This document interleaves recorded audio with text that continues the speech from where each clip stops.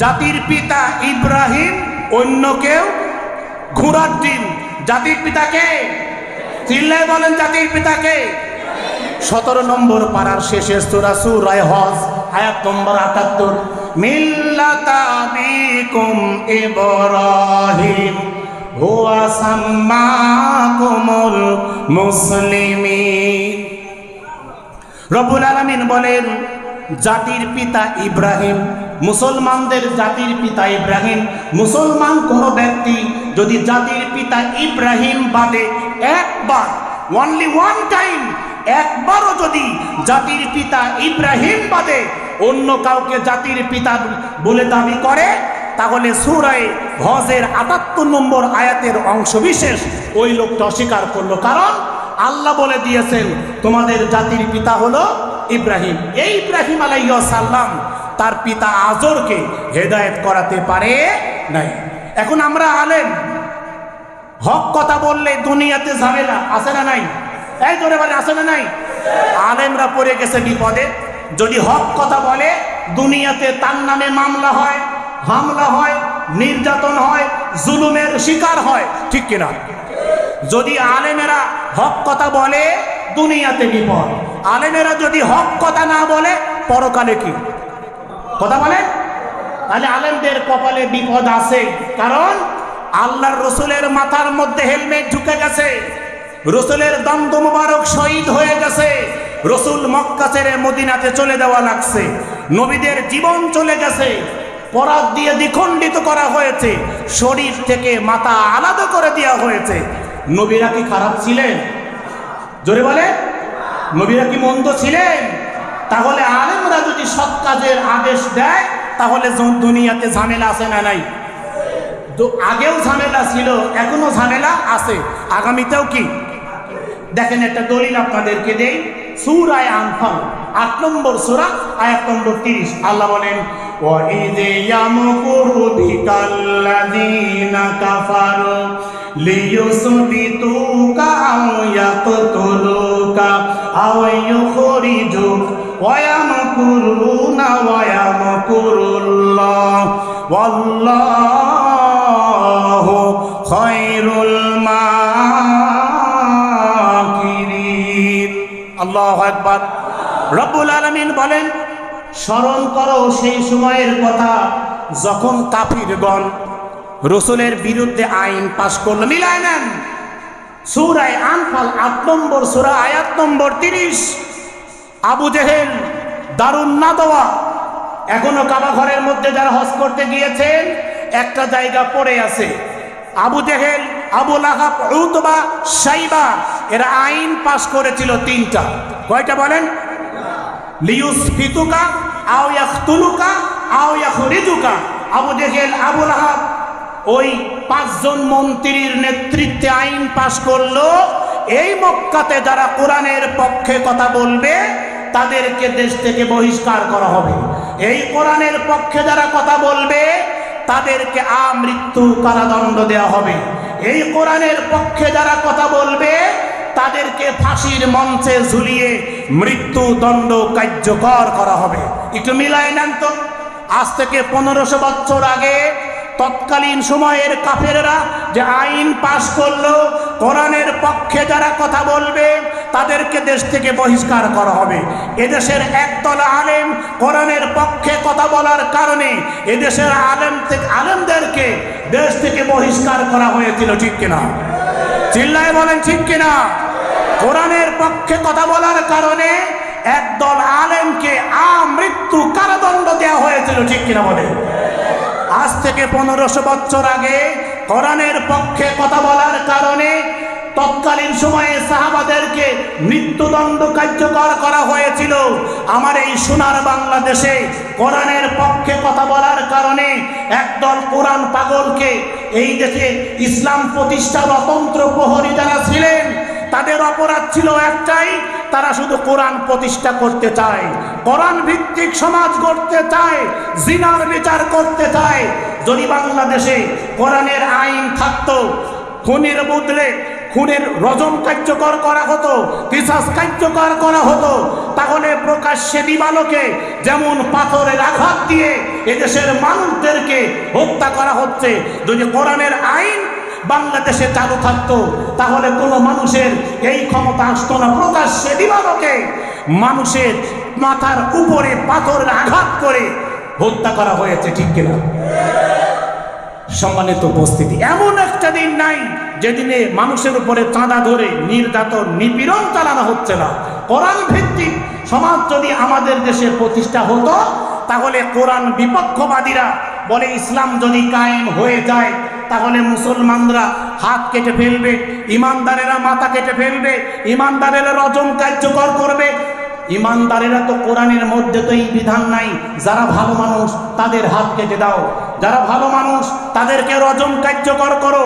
কোরআন তো এই কথা বলে না। যারা কোনো অপরাধ করে নাই তাদেরকে চিরচ্ছেদ করো, কিসাস করো। বরং কোরআন এটা বলেছে যদি কেউ কাউকে হত্যা করে হত্যার বদলে হত্যা, যদি কেউ চুরি করে চুরির বদলে হাত কাটা, যদি কেউ বিবাহের পরে জিনা করে তারে রজম করা, যদি কেউ জিনাহের আগে জিনা করে তাহলে 100 বেত্রাঘাত করা। আপনি জিনা করবেন এইটা অপরাধ না, আপনি চুরি করবেন এইটা অপরাধ না, আপনি মানুষ খুন করবেন এইটা অপরাধ না, কিন্তু কোরআনের বিচার প্রতিষ্ঠা করা অপরাধ। অপরাধ, জোরে বলেন অপরাধ। আপনারা মনে করতেছেন আমরা বেঁচে যাব। কোরআন শরীফটা খোলেন, সূরা মাইদা 5 নম্বর সূরা আয়াত নম্বর 63। লাউলাম ইয়ানহাহুমুর রাব্বানিয়ুনা ওয়াল আহবারু আন কওলিহিমুল ইসমা ওয়া আকলিহিমুস সুহুতা লাবিসা মা কানু ইয়াসনাউন। আমাদের গ্রামে অন্যায় হচ্ছে, আমাদের গ্রামে জুলুম হচ্ছে, নির্যাতন হচ্ছে, ব্যবসায়ীদেরকে দোকান থেকে বের করে এনে পাথরে আগতে হত্যা করা হচ্ছে, 7 বছরের মেয়েকে ধর্ষণ করে ফাঁসির দড়িতে ঝুলায় রাখা হচ্ছে, লাশ বস্তার মধ্যে ঢুকিয়ে ড্রেনের মধ্যে নিক্ষেপ করা হচ্ছে, জুলুম হচ্ছে, নির্যাতন হচ্ছে। রব্বে কারীম সূরা মাইদা 5 নম্বর সূরা আয়াত নম্বর 63 আল্লাহ বলেন লাউলা ইয়ানহাহুমুর রাব্বানিয়ুনা ওয়াল আহবারু আন কওলিহিমুল ইসমা ওয়া আকলিহিমুস সুহুতা লাবিসা মা কানু ইয়াসনাউন। গ্রামের দরবেশেরা, আলেমেরা, গ্রামের মৌলবীরা, হকপন্থী আলেমগুলো যারা নামাজি তারা দেখে না তার গ্রামের উপরে জুলুম হচ্ছে, তার মানুষদের উপর নিপীড়ন চালানো হচ্ছে, স্টিম রুরালের মতো জুলুম করা হচ্ছে। এইটা দেখার পরেও যারা বাধা না দেয়, এইটা দেখার পরেও যারা প্রতিবাদ না করে, এইটা দেখার পরেও যারা ওই অন্যায়কে প্রতিহত চেষ্টা না করে, আল্লাহর নবী মুহাম্মদুর রাসূলুল্লাহ সাল্লাল্লাহু আলাইহি ওয়াসাল্লাম বর্ণনা করেছেন অন্যায় দেখার পরেও যদি আমরা প্রতিবাদ না করি, আমার মৃত্যুবরণ করার আগে আমার জীবনে এই অন্যায় আসবে, এই জুলুমের শিকার আমিও হব। অতএব আমাদের ইমানি দায়িত্ব এবং কর্তব্য হলো আমাদের পাড়ায়, আমাদের গ্রামে, আমাদের মহল্লায় যদি কেউ অপরাধ করে আমরা তাদেরকে হাত দ্বারা প্রতিবাদ করব। কি দ্বারা বলেন? কথা বলেন।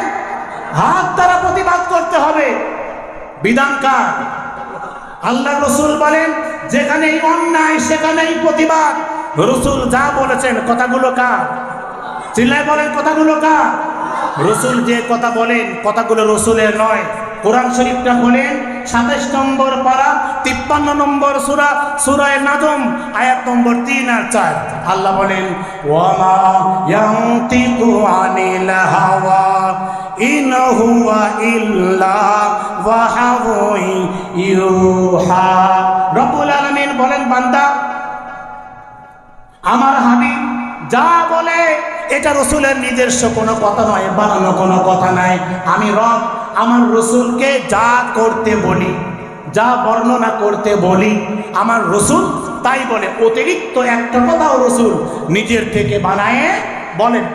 সম্মানিত উপস্থিতি, আপনি মনে করছেন ওরা যা করে করুক, আমি পড়ি লা ইলাহা ইল্লাল্লাহ, তাহলে আপনি মানের প্রথম ধাপকে আপনি অবহেলা করলেন।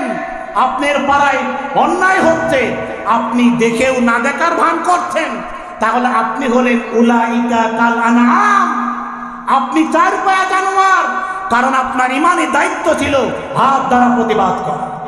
যদি আপনি হাত দ্বারা প্রতিবাদ করতে না পারেন, তাহলে সেকেন্ড স্টেপে আমাদের নবী জানিয়ে দিয়েছেন, তোমরা জবান দ্বারা প্রতিবাদ করো, জবান দ্বারা প্রতিবাদ করো। যদি জবান দ্বারা প্রতিবাদ না করো, এটা হলো সেকেন্ড ক্লাস ইমান।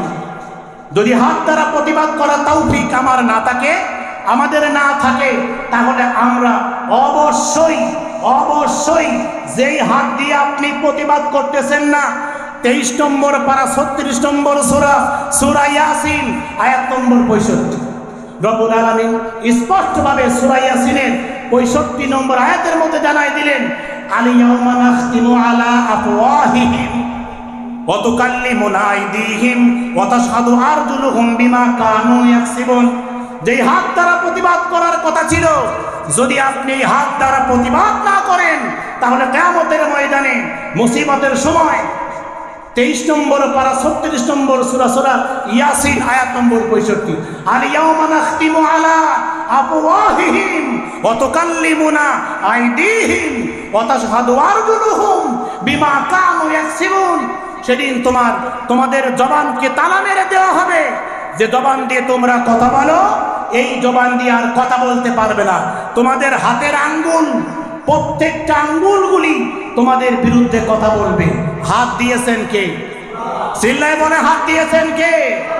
এই হাত দ্বারা অন্যায়ের প্রতিবাদ করতে বলেছেন কে? আমরা যদি হাত দিয়ে প্রতিবাদ না করি, তাহলে হাত থাকলেও এই হাত অবশ করার ক্ষমতা আল্লাহর আছে না নাই? জোরে বলেন, আছে না নাই? আমরা ইতিহাস থেকে শিখেছি, যত বড় নেতার দাবি তত বড় জুতার বাড়ি। আপনি বাধা দিচ্ছেন না, আপনি মনে করছেন যেগুলো কত লোকই তো আছে, আমার খালি খালি ঝামেলা বাড়ায় লাভ কি, আমি কেন বাধা দেব? অনেক বাবা তার সন্তানকে বলে, ওরা মারামারি করে করুক, অন্যায় করে করুক, তাস খেলে খেলুক, 3 তাস খেলে খেলুক, জিনা করে করুক, ব্যভিচার করে করুক, অবিচার করে করুক, অন্যায় অপকর্ম যাই করুক, তুই প্রতিবাদ করতে গেলি কেন? তোর প্রতিবাদ না করলে হতো না? বড় ইমানদার হয়ে গেছে। এই কথা আমরা অভিভাবকেরা আমাদের সন্তানদেরকে বলি কি বলি না? কোরআন শরীফটা খোলেন তো, 27 নম্বর পারা 53 নম্বর সূরা আয়াত নম্বর 38 আর 39। আল্লাহ বলেন, আল্লাহ তাজিরু ওয়াজিরাতুন বিজরা উখরা ওয়া আল্লাইসা লিল ইনসানি ইল্লা মা সাআ। রব্বুল আলামিন বলেন, বান্দা, তোমার দায়িত্ব ছিল প্রতিবাদ করা, সৎ কাজের আদেশ করা। কেন তুমি সৎ কাজের আদেশ করলা না? তুমি ভাবলা আমার দরকার নাই, অন্য কেউ করবে। তুমি কি জানো না, আল্লাহ তাজিরু ওয়াজিরাতু বিজরা উখরা, কেউ কারুর দায়িত্ব পালন করবে না, কেউ কারুর বোঝা বহন করবে। কার কথা? যার বোঝা তাকেই বহন করতে হবে, কেউ কারুর বোঝা বহন করবে না। তাহলে বাবার দায়িত্ব প্রতিবাদ করা, সন্তানের দায়িত্ব প্রতিবাদ করা, কারণ সন্তান ইমানদার, বাবাও কি। যদি বাবা বাধা না দেয় এবং সন্তানকে আরো বাধা দেয়, তোর দাওয়াত দেওয়ার দরকার নাই, ইসলামী আন্দোলন করার দরকার নাই, কোরআন ভিত্তিক সমাজ প্রতিষ্ঠা হোক, এই পক্ষে তোর কথা বলার দরকার নাই। ওই বাবা সামনের কাতারেও যদি নামাজ পড়ে, মিলায় নেন। মুনাফিকদের সর্দার নাম কি? এই কথা বলেন, আমার কথা বোঝা যায় না? মুনাফিকদের সর্দারের নাম কি? আব্দুল্লাহ ইবনে উবাই। আব্দুল্লাহ ইবনে উবাই। নারায়ে তাকবীর। চালাবো? রাগ করে বলতেছেন? আচ্ছা দেখেন তো, আব্দুল্লাহ ইবনে উবাই। জি আলহামদুলিল্লাহ, সবাই বলে আলহামদুলিল্লাহ। আমাদের কাঙ্ক্ষিত মেহমান, প্রধান আকর্ষণ ইতিমধ্যেই কুমারখালীর মধ্যে ঢুকে পড়েছেন। কিছুক্ষণের মধ্যেই আমরা তার বক্তব্য শুনবো। আল্লাহ তৌফিক দান করেন, সকলে পড়ছি আমিন। আব্দুল্লাহ ইবনে উবাই কি ছিল? বলেন মুনাফিকদের সর্দার। এই আব্দুল্লাহ ইবনে উবাই জীবনে কখনো জামাত ছাড়ে নাই, টুপি ছাড়ে নাই, জুব্বা ছাড়ে নাই, পাগড়ি ছাড়ে নাই। জামাতে নামাজ পড়েছে, রসুলের পিছনে নামাজ পড়েছে, রসুলের পিছনে ইক্তেদা করেছে। অপরাধ ছিল একটাই, আব্দুল্লাহ ইবনে উবাই রসুলের নেতৃত্ব মানে নাই। কি মানে নাই? কথা বলেন। রসুলের পিছনে জামাতে নামাজ পড়েছে। আমার মনে হয় আব্দুল্লাহ ইবনে উবাই যত নামাজ জামাতে পড়েছে, আমাদের বাংলাদেশের একজন আলেমও এত নামাজ জামাতে পড়া খুঁজে পাওয়া কষ্ট। তাহলে আব্দুল্লাহ ইবনে উবাই জামাতে নামাজ পড়েছে, রোজা রেখেছে, দান করেছে, সদকা করেছে, রসুলের হাঁটুর সঙ্গে হাঁটু লাগিয়ে বসেছে, কিন্তু রসুলের নেতৃত্ব মানে নাই বলে মুনাফিকদের সর্দার। কি বলেন?